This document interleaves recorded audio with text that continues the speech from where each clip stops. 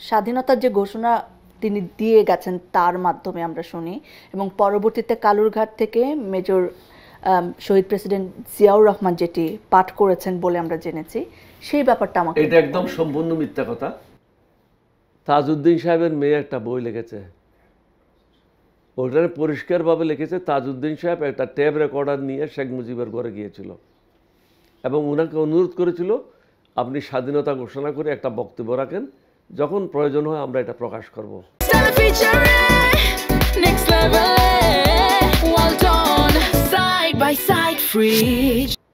তখন উত্তরে শেখ মুজিব বলেছিল তোমরা সবাই পুরানা ঢাকায় গিয়ে আশ্রয় নাও, আমি তোমাদের সাথে মিলিত হব, সবাই কেউ ঘরে থাকবে না, সবাই নিরাপদ আশ্রয়ে চলে যাও। এটাই তাজউদ্দিনের মেয়ের বইতে লেখা আছে, পিতা মাতা নাকি এটা যে বইটা লিখেছে, তো এটা তো একজনে না, শত শত লোকে লিখেছে। ভারতের ওখানে যে প্রেসিডেন্ট ছিল সঞ্জীব রেড্ডি, ওই দিনের আমি উপস্থিত ছিলাম। উনি বলেছিলেন I am happy to receive a man who declared independence of Bangladesh first, অর্থাৎ এটা কোয়ালিফাই করলো, আর যদি কেউ করেও থাকে বাট ফার্স্ট ডিক্লেয়ার করেছে জিয়াউর রহমান। এটা তো অন রেকর্ড আছে, এটা তো আমার বক্তব্য না। ওকে, সো আমাকে একটু বলবেন যে ওই মুহূর্তে, আমি যতটুকু জানি আপনি আমাকে শুধরে দেবেন যদি ঠিক না হই, শহীদ প্রেসিডেন্ট জিয়াউর রহমান যখন স্বাধীনতার ঘোষণা দিচ্ছিলেন 27শে মার্চ কালুরঘাট বেতার কেন্দ্র থেকে, আপনি তখন তার পাশে ছিলেন এবং অনেক তথ্য বলে যে আপনার ঘোষণা দেওয়ার কথা ছিল, আপনি উনি সিনিয়র বলে আপনি বলেছেন না আমার সিনিয়র দিবেন ঘোষণা, এবং তিনি বলেছিলেন যে আমি বঙ্গবন্ধু শেখ মুজিবুর রহমানের পক্ষে বলছি। এটা কি ছিল ওই ঘোষণায়? আমি আপনাকে 100% সত্য স্টোরিটা বলি। আমরা 8 বেঙ্গল রেজিমেন্টের সব অফিসারদেরকে দায়িত্ব দিয়ে মেজর শওকতের নেতৃত্বে একদল সেনা দল বন্দরে যাবে, লেফটেন্যান্ট শমশের মুবিনের নেতৃত্বে একদল সেনা চট্টগ্রাম মেডিকেল কলেজ এলাকাতে যাবে, ক্যাপ্টেন সাদেকের নেতৃত্বে একদল সীতাকুণ্ডে যাবে, ক্যাপ্টেন খালেকুজ্জামানের নেতৃত্বে একদল চকবাজার এলাকা থাকবে। অর্থাৎ আমরা আমাদের 8 বেঙ্গল রেজিমেন্টকে বিভিন্ন ভাগে বিভক্ত করেছিলাম। এর সাথে যোগ হয়েছিল ইপিআরের শুধু ক্যাপ্টেন হারুন। এটার উদ্দেশ্য ছিল পাকিস্তানিরা যেন বুঝতে না পারে আমাদের স্ট্রেংথ কত। আমরা 7-8 ভাগে বিভক্ত করে বিভিন্ন জনকে বিভিন্ন জায়গায় পাঠিয়েছি। আমি আর জিয়াউর রহমান একটা প্রাইমারি স্কুলে বেঞ্চের উপর রাত্রে শুয়েছিলাম বোয়ালখালীতে, পাহাড়ের কাছে। সকালে উঠে হাঁটতে হাঁটতে চলে আসলাম পটিয়াতে। পটিয়াতে আসা ওদেরকে জিজ্ঞাসা করলাম থানা কোথায়, জনগণের থেকে জানার পরে থানাতে আসলাম। এসে ওসিকে আমাদের পরিচয় দিলাম, কারণ আমাদের কাঁধে কোনো র্যাঙ্ক ছিল না, খাকি ইউনিফর্ম ছিল। জিয়াউর রহমান সাহেবকে বসতে দিলাম, যেটা ওসির চেয়ার, সেখানে বসলো, সম্মুখে আমি বসলাম এবং বাকি থানার যারা দায়িত্ব ছিল তারা ছিল। তাদেরকে বললাম যে তোমরা সবাই অস্ত্র নাও, অস্ত্র নিয়ে শহরের দিকে অগ্রসর হও।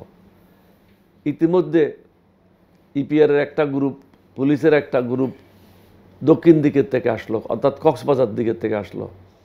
তাদেরকে আমরা শহরের দিকে পাঠিয়ে দিলাম যে আমাদের সেনা দলের আছে, তাদের সাথে মিলিত হয়ে যুদ্ধে লিপ্ত হও। কিছুক্ষণ পরে একজন ভদ্রলোক, প্রায় 6 ফিট 3-4 ইঞ্চি লম্বা, মিস্টার মাহমুদ, উনি এসে ওনার পরিচয় দিলেন। উনি বললেন যে আমি ক্যাপ্টেন ওলিকে তালাশ করছি। তা আমি বাইরে আসলাম, আমি বললাম যে আমার নাম ক্যাপ্টেন ওলি। বলছে আপনার বাড়ি চট্টগ্রামে, বিদ্রোহ এখানে যদি আপনি বিদ্রোহ হয়েছে, আপনি যদি স্বাধীনতা না করেন, ঘোষণা না করেন, তাহলে চট্টগ্রামের লোক বাইর হবে না, আপনাকে এই দায়িত্বটা পালন করতে হবে। কারণ চট্টগ্রামের লোক যদি সবাই বেরিয়ে যায়, তাহলে অন্যান্য জেলার লোকগুলিও বেরিয়ে যাবে। তখন আমি বললাম যে না, এটা হয় না, আমার সিনিয়র আছে, সামনে যিনি বসে আছেন উনি হচ্ছেন তৎকালীন মেজর জিয়াউর রহমান, উনি এই স্বাধীনতা ঘোষণা দেবেন। তখন মাহমুদকে বলা হলো আপনি কালুরঘাট রেডিও ট্রান্সমিটিং স্টেশন, এটা বেতার কেন্দ্র না, 7-8 জন ইঞ্জিনিয়ার ছিল, তাদেরকে আমরা পক্ষান্তরে বন্দি করেছিলাম। আর ইঞ্জিনিয়াররা জানতো না তাদেরকে আমরা বন্দি করেছি। তাদের মাধ্যমে ট্রান্সমিটিং স্টেশনকে বেতার কেন্দ্রের রূপ দেওয়া হলো এবং শহীদ রাষ্ট্রপতি জিয়াউর রহমান বেতার কেন্দ্রে গেলেন, আমিও গেলাম। উনি স্বহস্তে নিজেই লিখলেন I major Zia declare myself as a head of the state and declare independence of Bangladesh. উনি নিজের হাতেই লিখলেন কথাগুলি। সব কথাগুলি তো আমি সিকোয়েন্সলি বলতে পারবো না এখন, মূল কথাটা এটাই ছিল।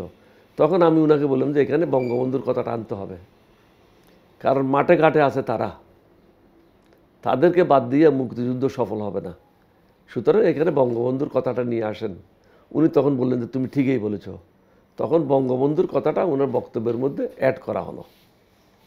মগরিবের আগে বা পরে এমন একটা সময় তিনি বাংলাদেশের স্বাধীনতা ঘোষণা করলেন এবং পৃথিবীর সমস্ত দেশকে বলে দিলেন, অনুরোধ করলেন আপনারা এগিয়ে আসেন, আমাদেরকে অস্ত্র দেন, বিভিন্নভাবে সাহায্য করেন, আমাদেরকে রিকগনিশন দেন। মূলত এটার কারণেই অন্যান্য বেঙ্গল রেজিমেন্টরা যেখানেই ছিল, যেমন ফার্স্ট বেঙ্গল রেজিমেন্ট ছিল যশোরে, 4 বেঙ্গল রেজিমেন্ট ছিল ব্রাউনবাড়ি এবং কুমিল্লাতে, 2nd বেঙ্গল রেজিমেন্ট ছিল জয়দেবপুরে, 3rd বেঙ্গল রেজিমেন্ট ছিল সাইদপুরে। তারা কিন্তু 27 তারিখ স্বাধীনতার ঘোষণাটা সবাই শুনেছে, তারপরেও তারা কিন্তু স্বাধীনতা যুদ্ধে ঝাঁপিয়ে পড়ে নেই। যারা আমাদের একদম কাছে ছিল ব্রাউনবাড়িয়াতেই 4 বেঙ্গল রেজিমেন্ট, তারা 29 তারিখ বিদ্রোহ করেছে। ফার্স্ট বেঙ্গল রেজিমেন্ট বিদ্রোহ করেছে 1 তারিখ বা 2 তারিখ এপ্রিলের।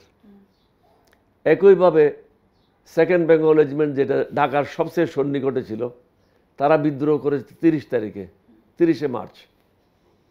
আর 3rd বেঙ্গল রেজিমেন্ট, যেটা সাইদপুরে ছিল, তারাও বিদ্রোহ করেছে 1st উইক অফ এপ্রিল। অর্থাৎ আমরা বলার পরেও তারা তড়িঘড়ি করে বিদ্রোহ অংশগ্রহণ করে নাই। ওকে, সো কিন্তু এটার ফলে এটা হলো যে সবাই জেনে গেল যেটা যুদ্ধ পাকিস্তানের বিরুদ্ধে শুরু হয়েছে। সো এই আস্তে আস্তে আসছে সবাই, যেমন ইপিআর এর সদস্যরা ছিল, পুলিশের সদস্যরা ছিল, ছাত্ররা ছিল, শ্রমিকেরা ছিল, সবাই আস্তে আস্তে এগিয়ে আসলো। এটা সবাই সম্মিলিত প্রচেষ্টায় মুক্তিযুদ্ধটা